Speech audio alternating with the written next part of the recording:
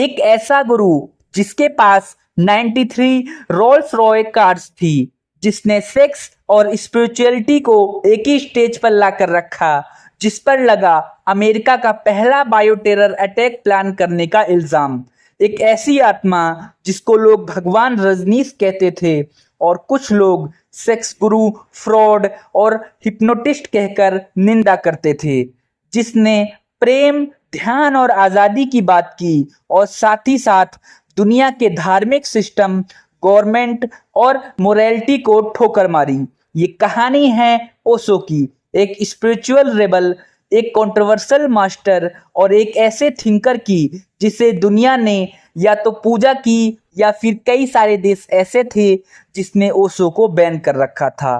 तो दोस्तों, आज की इस वीडियो में हम इसी बारे में डिटेल में बात करेंगे कि ओशो कौन थे, कैसे इतने बड़े थिंकर, इतने बड़े स्पिरिचुअल गुरु बने। इसके अलावा हम ये भी बात करेंगे कि ओशो को किसने स्लो पॉइजन दिया था जिसकी वजह से ओशो तड़प तड़प के मरे। और हम ये भी बात करेंगे कि आखिर मां आनंद शिला कौन थी, कैसे उन्होंने बायो टेरर अटैक प्लान किया, क्या इसमें ओशो भी मिले हुए थे, सारी चीजें हम डिटेल में बात करेंगे। तो दोस्तों, वीडियो में आगे बढ़ने से पहले मैं चाहूंगा आप मेरे इस चैनल को सब्सक्राइब कर लो, ताकि मैं थोड़ा मोटिवेट हो सकूं आप लोगों के लिए और भी अच्छी अच्छी और बेहतरीन वीडियो लाने के लिए। तो दोस्तों, अब हम वीडियो में आगे बढ़ते हैं। तो दोस्तों, ओशो का जन्म 11 दिसंबर 1931 में एमपी के एक छोटे से गांव में हुआ।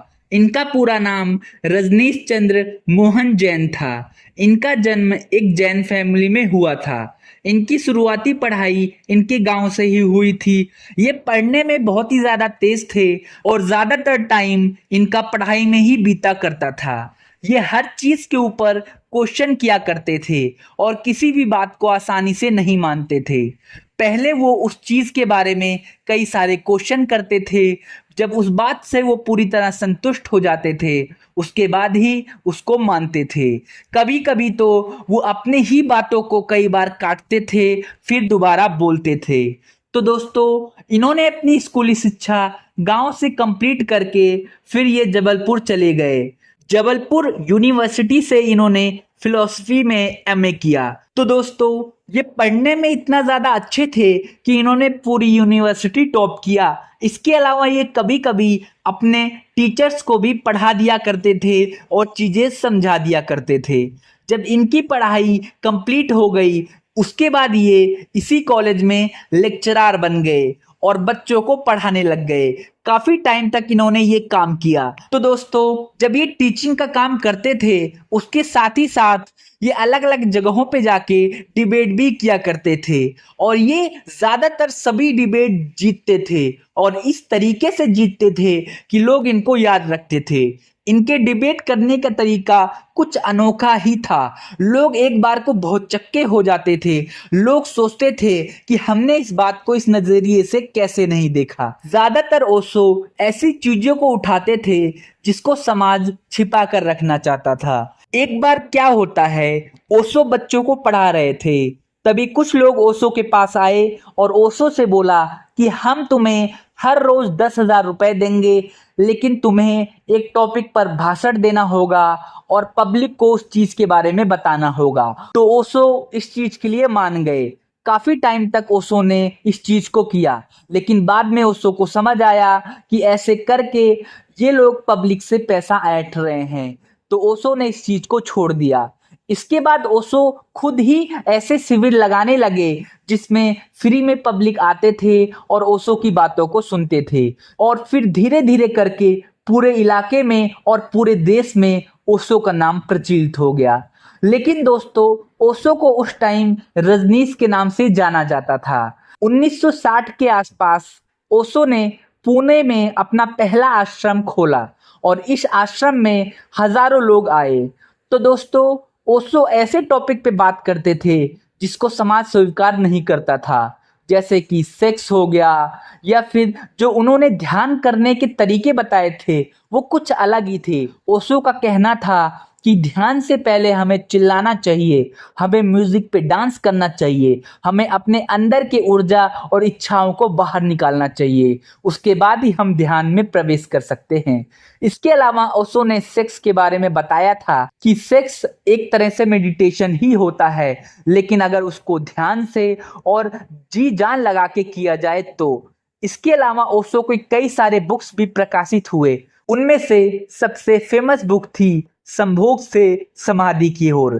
तो दोस्तों, इस बुक की खास बात यह थी कि सिर्फ इसका टाइटल था संभोग से समाधि की ओर, लेकिन जब आप इसके किताब को पढ़ोगे तो इसमें ऐसा कुछ नहीं होगा जो आपको लगेगा कि कुछ गंदा है।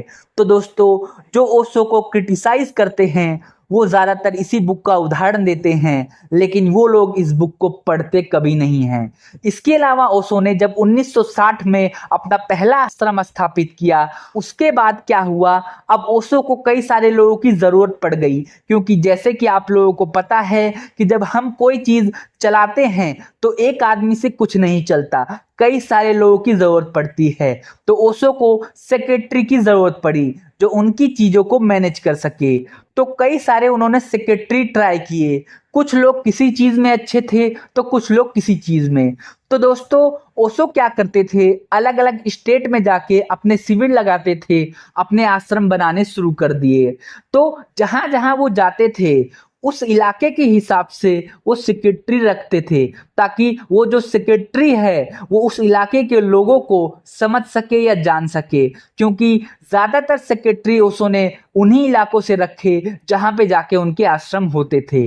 तो दोस्तों, इनकी जो सबसे फेमस सेक्रेटरी थी वो माँ लक्ष्मी थी। इसके बाद क्या होता है, ओशो की जो लाइफ है वो कब चेंज होती है, जब माँ आनंद शिला उनकी सेक्रेटरी बनती है। तो दोस्तों, मैंने माँ आनंद शिला के ऊपर पूरी एक वीडियो बनाई है, मैं आपको लिंक दे दूंगा। तो दोस्तों, 1980 के आसपास माँ आनंद शिला ओशो की लाइफ में आई। शुरुआत में माँ आनंद शिला ओशो के आश्रम में शामिल हुई और फिर धीरे धीरे करके माँ आनंद शिला ओशो के करीब आने लगी। तो दोस्तों, माँ आनंद शिला जब ओशो के आश्रम में आई तो वो सारी चीज़ों को संभाल रही थी, जिसकी वजह से ओशो का ध्यान माँ आनंद शिला पे गया। इसके बाद क्या हुआ, ओशो ने माँ लक्ष्मी को बोला कि तुम मेरी सेक्रेटरी हो, लेकिन अब काम इतना ज़्यादा हो चुका है कि तुमको भी एक सेक्रेटरी की ज़रूरत है। तो ओशो ने माँ आनंद शिला को माँ लक्ष्मी का सेक्रेटरी के रूप में अपॉइंट किया। इसके बाद क्या हुआ दोस्तों, माँ आनंद शिला ने सारी चीज़ों को ऐसे संभाला कि पूरे आश्रम में सिर्फ माँ आनंद शिला ही छाई हुई थी। हर कोई माँ आनंद शिला का नाम लेता था कि कैसे वो प्रॉब्लम्स को सॉल्व करती हैं, कैसे वो लोगों की मदद करती हैं।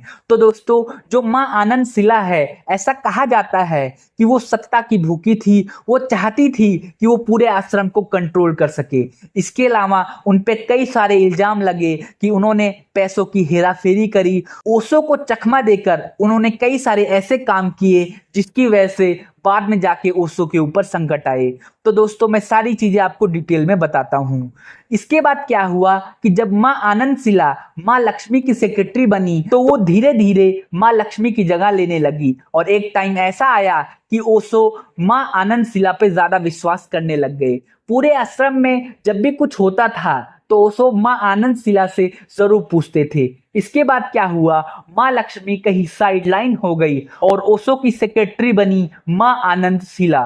तो दोस्तों, इसी बीच क्या होता है, ओशो ध्यान मुद्रा में चले जाते हैं, मतलब कि वो पूरे तरीके से साइलेंट हो जाते हैं और वो प्रण लेते हैं कि वो कभी नहीं बोलेंगे। और ऐसी स्थिति में माँ आनंद शिला बहुत ज्यादा खुश हो जाती हैं और वो पूरे आश्रम को अपने तरीके से चलाती हैं।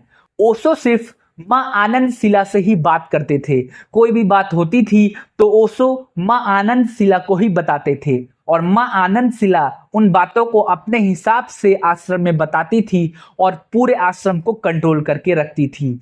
तो दोस्तों, इसके बीच में एक और पॉइंट था कि जब ओशो इंडिया में थे तो इंडिया में जो पॉलिटिक्स होती थी इसकी वजह से ओशो बहुत ज्यादा परेशान हो गए, और वहीं दूसरी तरफ ओशो प्रधानमंत्री के खिलाफ भी बहुत सारी चीजें बोलते थे। ओशो भारत में जो अलग अलग टाइप के धर्म हैं हिंदू, मुस्लिम, सिख, ईसाई, सारे धर्मों के ऊपर, सारे लोगों के ऊपर वो बोलते थे, जिसकी वजह से बहुत सारे लोग उनके दुश्मन बन गए और भारत की गवर्नमेंट भी ओशो की दुश्मन बन गई थी। इस वजह से मां आनंद शिला जब ओशो की सेक्रेटरी बनी तो उन्होंने ओशो को राय दिया कि हम अमेरिका चलते हैं, अमेरिका में लोग ज्यादा खुले विचारों के हैं, तो इस वजह से अमेरिका के लोग उनको एक्सेप्ट करेंगे। इसके बाद ओशो 1981 या 82 के आसपास अमेरिका चले गए। अमेरिका में जाने के बाद जो मां आनंद शिला थी, उन्होंने 62,000 एकड़ की जमीन ली और उस जमीन पर रजनीशपुरम नाम की एक सिटी बनाई। तो दोस्तों, ये इतनी बड़ी जमीन थी कि ये एक सिटी के बराबर थी। ये जमीन बिल्कुल बंजर थी, लेकिन ओशो और मां आनंद शिला ने मिलकर यहाँ पे कई सारे बिल्डिंग्स बनाए, कई सारे आश्रम बनाए, अस्पताल बनाए, लोगों के रहने के लिए घर बनाए और एक ऐसी दुनिया बनाना चाहते थे जहां पे ओशो और उनके विचार आराम से रह सके। तो दोस्तों, इसके बाद क्या होता है, ओशो ध्यान में चले जाते हैं और ओशो प्रण लेते हैं कि वो काफी टाइम तक बोलेंगे नहीं, और इसी बीच मां आनंद शिला पूरे आश्रम पे कब्जा कर लेती है। इंडिया के आश्रमों पे भी उनका राज चलने लग जाता है और ओशो की बातों को अपने हिसाब से आश्रम में बताती थी, और यहाँ तक कि उन्होंने आश्रम में शराब पीने की भी परमिशन दे दी थी। तो दोस्तों, मां आनंद शिला ओशो की सेक्रेटरी जरूर थी, लेकिन वो कभी भी ध्यान नहीं करती थी। इसके बाद मां आनंद शिला ने सोचा, क्यों ना जो अमेरिका की राजनीति है उसमें भी अपना हाथ आजमाया जाए और राजनीति को कंट्रोल में रखा जाए, क्योंकि ओशो जब अमेरिका गए तो वहां के लोगों को प्रभावित कर रहे थे, जिसकी वजह से वहां की गवर्नमेंट धीरे धीरे ओशो के खिलाफ हो रही थी। तो मां आनंद शिला ने क्या किया कि जब अमेरिका में चुनाव आ रहे थे तो मां आनंद शिला ने कुछ ऐसे बैक्टीरिया को अलग अलग होटलों में जाके छोड़ दिया, और जिसके बाद जब लोगों ने खाना खाया तो वो बीमार हो गए। करीब 700 से 800 लोग बीमार हो गए और कुछ लोगों की मौत हो गई। और जब इसके बाद गवर्नमेंट ने इसकी जांच की तो इसकी जड़ें रजनीशपुरम में जाके मिली। तो दोस्तों, जब अमेरिका की गवर्नमेंट ने रजनीशपुरम में जांच के आदेश दिए तो वहां पे कई और सारे राज खुले, जैसे कि पैसों की हेराफेरी। इसके अलावा पता चला कि पूरे आश्रम में वायर ट्रैपिंग की गई है, मतलब कि आश्रम के हर एक कोने में माइक्रोफोन लगाए गए हैं, जिससे मां आनंद शिला सबकी बातें सुनती थी। तो दोस्तों, यहां तक कि ओशो के रूम में भी कई सारे माइक्रोफोन पाए गए। तो दोस्तों, ओशो एक इंटरव्यू में बताते हैं कि कई बार उन्होंने ये महसूस किया कि मां आनंद शिला को कुछ बातें पहले ही पता चल जा रही थी। जो बातें ओशो मां आनंद शिला को बताते नहीं थे, वो बातें भी कई बार मां आनंद शिला बोल देती थी। तो इससे ओशो को लगता था कि शायद कुछ तो गड़बड़ है, लेकिन ओशो विश्वास करते थे, इसलिए इन सारी चीजों को नजरअंदाज करने लगे। तो दोस्तों, जब अमेरिका की गवर्नमेंट ने और अच्छे से जांच किया तो पता चला वहां पे कई सारे बंदूक, कई सारे हथियार मिले। इसके बाद मां आनंद शिला को गिरफ्तार करने की प्लानिंग बनने लगी, और इसी बीच ओशो ने सोचा कि अगर वो ज्यादा टाइम तक मौन रहेंगे तो हो सकता है उनका आश्रम अब बंद हो जाए। तो ओशो ने अपना मौन व्रत तोड़ा और एक प्रेस कॉन्फ्रेंस की। उस प्रेस कॉन्फ्रेंस में ओशो ने बताया कि कैसे मां आनंद शिला ने उनको धोखा देके सारी चीजें करी हैं और उनको किसी भी चीज के बारे में पता नहीं था। इसके बाद जब मां आनंद शिला को ये एहसास होता है कि अब वो पकड़ी जाएंगी तो वो भाग के जर्मनी चली जाती हैं। तो दोस्तों, 1986 के आसपास अमेरिका की जो खुफिया एजेंसी होती है वो मां आनंद शिला को जर्मनी जाके गिरफ्तार कर लेती है और फिर उसको अमेरिका लाया जाता है, और अमेरिका की अदालत मां आनंद शिला को 20 सालों की सजा सुनाती है अमेरिका में पहले बायो टेरर अटैक करवाने के जुर्म में, इसके अलावा हथियार रखने के जुर्म में। इसके बाद क्या होता है कि जब मां आनंद शिला गिरफ्तार होती है तो ओशो को लगता है कि शायद अब उनका आश्रम बंद हो जाएगा या फिर कोई आश्रम पे संकट ना आ जाए। इस वजह से ओशो इस आश्रम को छोड़ के भारत वापस लौटने की प्लानिंग बनाने लगते हैं, और अमेरिका की सरकार ये बोलती है कि ओशो अमेरिका छोड़ के भारत भाग के आ रहे थे और अपने साथ कई हजार डॉलर लेके आ रहे थे, बहुत सारे जेवरात लेके आ रहे थे, बहुत सारे हथियार लेके आ रहे थे। और उसी बीच अमेरिका की खुफिया एजेंसी ने उनको गिरफ्तार कर लिया एयरपोर्ट से और उनको वहां से डायरेक्ट जेल भेज दिया गया। तो दोस्तों ओशो को गैर कानूनी तरीके से भागने, गैर कानूनी तरीके से हथियार रखने और कई सारे और केसेस में गिरफ्तार कर लिया जाता है और कई महीनों के लिए जेल भेज दिया जाता है। तो दोस्तों ओशो अपना केस लड़ते हैं और फिर अमेरिका की गवर्नमेंट ओशो से एक शर्त रखती है कि हम तुम्हें छोड़ देंगे, लेकिन तुम्हें 5 सालों तक अमेरिका में प्रवेश नहीं करना। इसके अलावा अमेरिका 14 और देशों से ओशो को बैन करवा देती है। इसके बाद ओशो बहुत ज्यादा उदास हो जाते हैं। उनको लगता है कि वो सिर्फ लोगों को बस ध्यान सिखाना चाहते थे और उनके साथ ये क्या हो गया। तो दोस्तों इसके बाद ओशो अमेरिका छोड़ के भारत आ जाते हैं और भारत के अपने पुणे आश्रम में अपना निवास स्थान बनाते हैं। तो दोस्तों जब ओशो अपने आश्रम में रहते थे, इसी बीच धीरे धीरे उनकी तबीयत खराब होने लगी और दोस्तों ओशो का कहना था कि अमेरिका ने शायद उनको स्लो पॉइजन दिया है।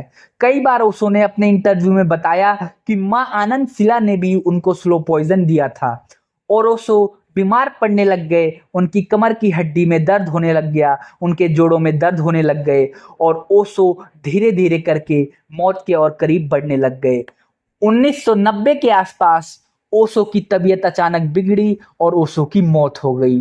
तो दोस्तों ऐसे करके एक बड़े फेमस गुरु का अंत होता है। तो दोस्तों उस टाइम तो ओशो को ज्यादातर लोगों ने फॉलो नहीं किया और उनको धुतकारा, लेकिन आज के टाइम आप जानते हैं कि ओशो को कितने सारे लोग फॉलो करते हैं। ओशो के प्रवचन को कैसे चोरी छिपे लोग नेट पे, इंटरनेट पे और यूट्यूब पे सुनते हैं। इसके अलावा ओशो को आज बड़े बड़े राजनेता लोग भी फॉलो करते हैं। तो दोस्तों जो राजेश खन्ना थे वो भी ओशो के प्रति बहुत समर्पित थे और उन्होंने अपना पूरा बॉलीवुड का करियर छोड़ के ओशो के प्रति अपने आप को समर्पित कर दिया था। इसके अलावा और भी बहुत सारे बड़े बड़े स्टार थे जो ओशो को बहुत ज्यादा मानते थे। तो दोस्तों जब मां आनंद शिला को 20 सालों की कैद की सजा सुनाई जाती है, उसके बाद मां आनंद शिला जेल में काफी अच्छे तरीके से रहती हैं, लोगों की मदद करती हैं। फिर वहां की गवर्नमेंट मां आनंद शिला को जल्दी ही छोड़ देती है और फिर मां आनंद शिला किसी दूसरे देश में जाके शिफ्ट हो जाती हैं और वहीं पे कुछ क्लिनिक खोलती हैं जहां पे वो लोगों का इलाज करती हैं और आज भी वो वहीं पे जिंदा हैं और कई सारे इंटरव्यू देती हैं। लेकिन हमारे ओशो इस दुनिया को छोड़ के जा चुके हैं। तो दोस्तों उम्मीद करता हूं आज की ये वीडियो आपको पसंद आई होगी। जाने से पहले मैं चाहूंगा आप मेरे इस चैनल को सब्सक्राइब कर लो और वीडियो को लाइक कर दो। वीडियो देखने के लिए आपका बहुत बहुत शुक्रिया।